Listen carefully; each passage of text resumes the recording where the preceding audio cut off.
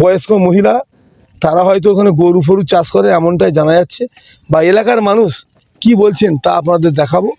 আদৌ কি বাস্তবায়িত হবে রেল সেটাও আপনাদের বালি পাথর দেখাবো। মানুষ বসা করছে এই জায়গাতে, দেখতে পাচ্ছেন রেলের জায়গা কিন্তু গরু চড়ছে, গরু এখানে গরু চড়ছে, গরু বাঁধা আছে, কেউ কেউ গরু চাষ করছে এখানে, ঠিক আছে। এছাড়া কতটা খুশি হবেন ফুরফুরায়? বহুত খুশি হবে। কি করে জানবো যখন মানে এরা রেলের জায়গায় বসা করছে, হ্যাঁ হ্যাঁ হ্যাঁ আর লোক গরুও চড়াচ্ছে তার মধ্যে কেউ কেউ। গরু চড়ায় ফাঁকা পড়ে যেহেতু এই রেল প্রকল্প নিয়ে এটা আমাদের বিরাট একটা আশা নিয়ে নেমেছিলাম। মূলত বলতেই হয় ফুরফুরা শেয়াখালার যাত্রী সহায়ক সমিতির সভাপতি কাজী তুরাব সাহেবের নেতৃত্বে আমরা সকলে সম্মিলিতভাবে পথে নেমেছিলাম। ফুরফুরা ট্রেন কবে পৌঁছবে বিভিন্ন পত্রপত্রিকা রেল হবে হলে খুব ভালো হয়,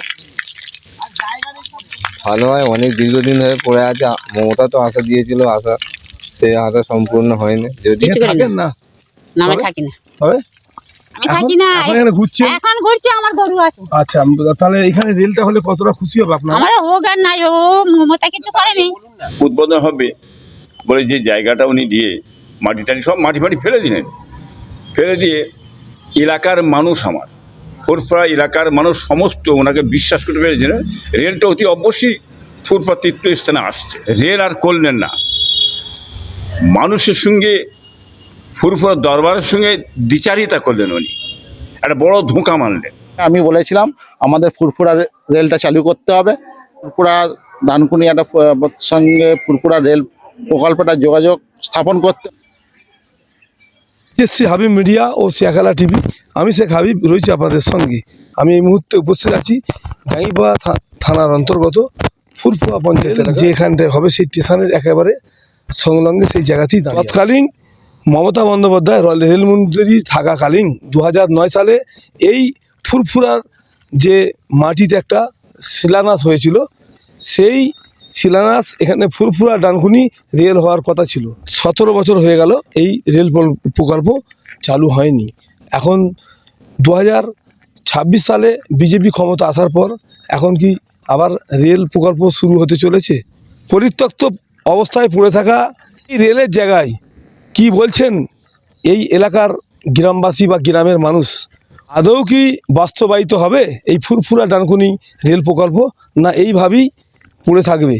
আমি আপনাদেরকে দেখাবো যে এই রেলের যে ফুরফুরা জায়গাটা আছে, দেখতে পাচ্ছেন এই রেলের জায়গায় ঘর করে দেখছি কেউ গরু চাষ করছে, কেউ এইদিকে মানে কোথায় থেকে লাইন এলো দেখুন, তার মধ্যে এখানে দেখতে পাচ্ছেন জলের ট্যাঙ্ক বসানো রয়েছে, এখানে মানুষ যাতায়াত করছে, পায়খানা বাথরুম আছে, কিন্তু কে মাঠের মধ্যে কেউই তো নাই, কোনো বাড়ি নাই, শুধু একটাই দেখা যাচ্ছে, ওই দুটো মহিলাকে দেখা গেল, বয়স্ক মহিলা, তারা হয়তো ওখানে গরু ফরু চাষ করে এমনটাই জানা যাচ্ছে, বা এলাকার মানুষ কি বলছেন তা আপনাদের দেখাবো। আদৌ কি বাস্তবায়িত হবে রেল সেটাও আপনাদের বালি পাথর দেখাবো। মানুষ বসা করছে এই জায়গাতে, কতটা খুশি হবেন ফুরফুরায়? বহুত খুশি হবে।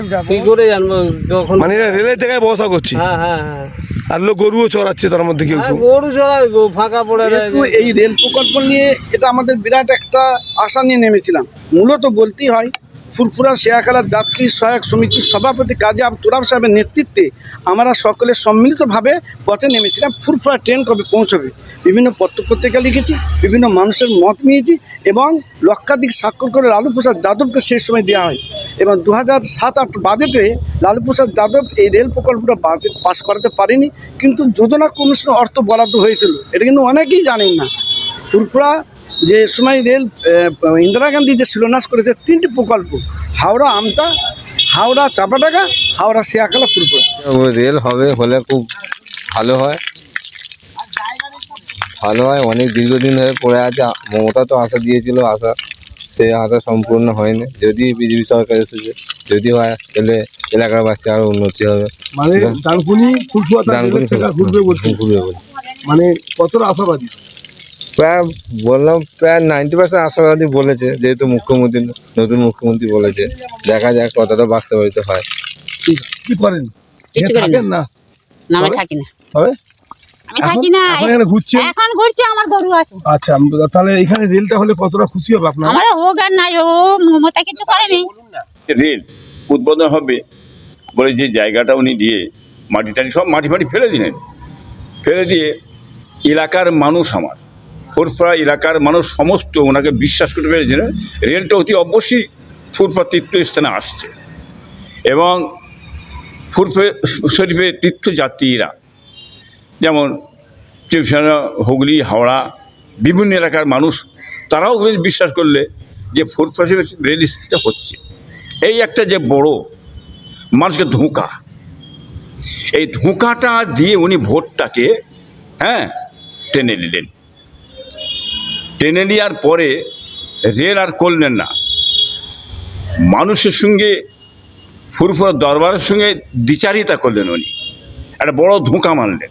আমি বলেছিলাম আমাদের ফুরফুরা রেলটা চালু করতে হবে, ফুরফুরা ডানকুনিয়াটা সঙ্গে ফুরফুরা রেল প্রকল্পটা যোগাযোগ স্থাপন করতে হবে।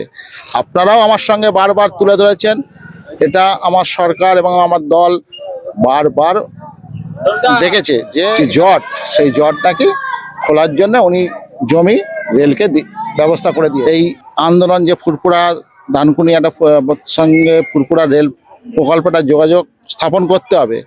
আপনারাও আমার সঙ্গে বারবার তুলে ধরেছেন, এটা আমার সরকার এবং আমার দল বারবার দেখেছে যে এখানে একটা সমস্যার সমাধান করতে হবে।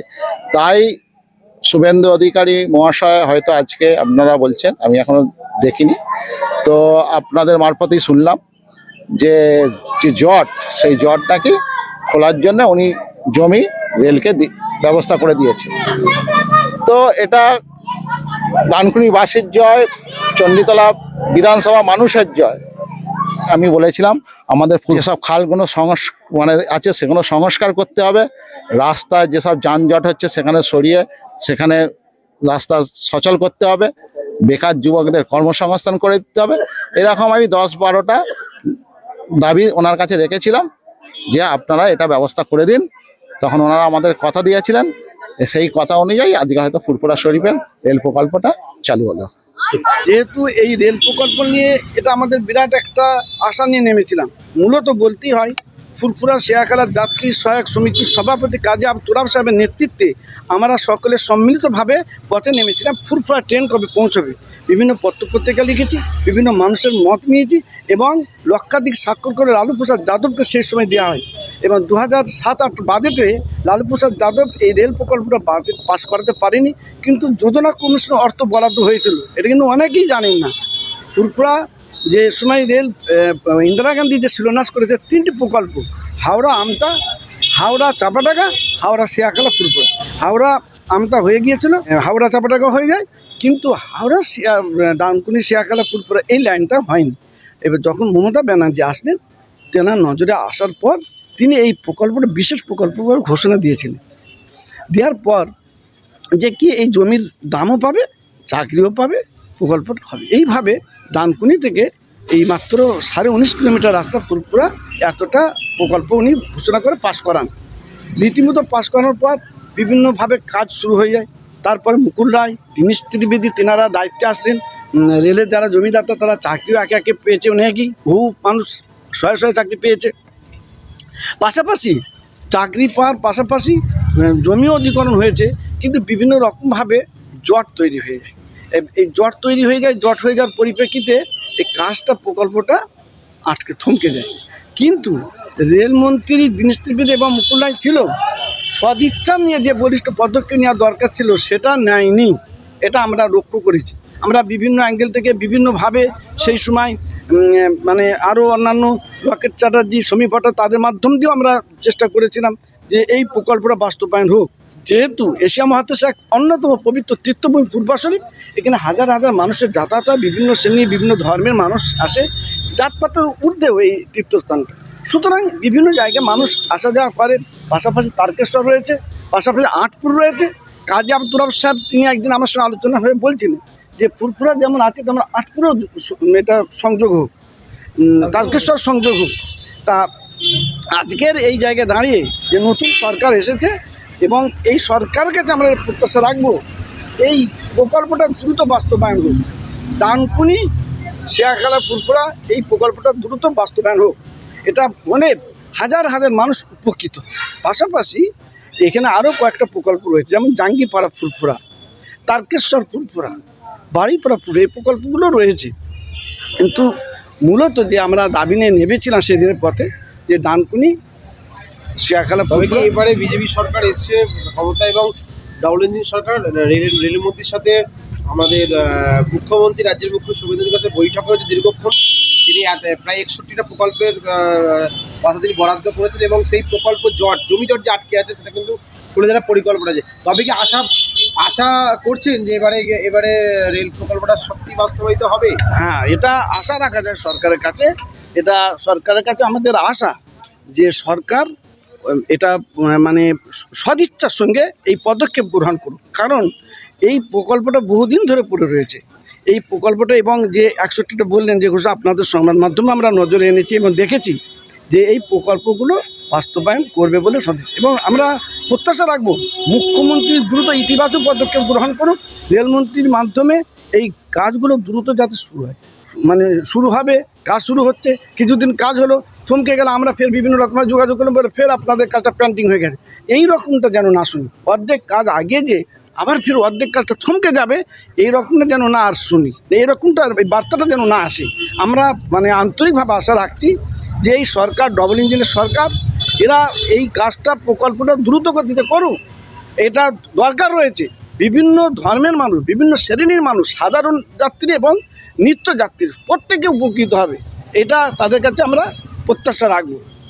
বিতপ্ত অবস্থায় পড়ে আছে জায়গা, প্রায় আগাছা জন্মে গেছে, বিভিন্ন লোক আনাগোনা করছে, গরু চড়ছে। যেখানে 17 বছর আগে রেল চলার কথা ছিল সেখানে গরু চড়ছে, কি বলবেন? হ্যাঁ, মানে এটা মানে প্রকল্পগুলো পাস হয়ে গিয়েছে, কিন্তু প্রকল্পগুলো পাস হওয়ার পর যে এই বাস্তবায়ন না হলে যেটা হয়, এই কাজগুলো যেটা মানে বাস্তবায়ন হতো, যদি কাজগুলো যদি কার্যকর হতো যখন ঘোষণা হয়েছিল, তাহলে আজকে তো ওইভাবে পড়ে থাকতো না এবং আজকে ওই জায়গাগুলো ওইরকম অবস্থা দেখতে পেতাম না, গরু ছাগল চড়তো না, আর যখন যে রেল ছুটতো।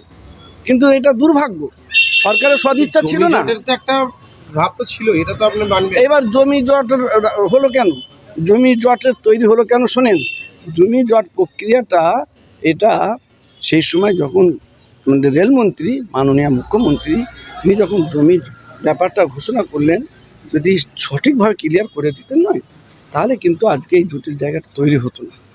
এটা মানে একটা অসুবিধা তৈরি হয়েছিল। ফলে এই জমি দেওয়া জায়গা, রাস্তাঘাটে বিভিন্ন জায়গায় একটা জট তৈরি হয়েছে, জটটাকে ক্লিয়ার করতে পারেনি আগের সরকার। আমি মনে করছি এই নতুন সরকার যে এসেছে, নিশ্চয়ই বিভিন্ন রকম জমিদাতা যারা, তাদের সঙ্গে বৈঠক করে, তাদের সঙ্গে বসে বীরত্বর স্বার্থের কথা মাথায় রেখে এই জট ক্লিয়ার হয়ে যাবে, পরিষ্কার হয়ে যাবে। দরকার হচ্ছে সরকারের এবং এই বিভাগীয় দপ্তরের সদিচ্ছা দরকার, যে রেল দপ্তরে বিভাগীয় যে দপ্তর রয়েছে কাজ করবে, তাদের সদিচ্ছা দরকার। তাদের সদিচ্ছা থাকলে তাহলে এই কাজটা সাকসেসফুল।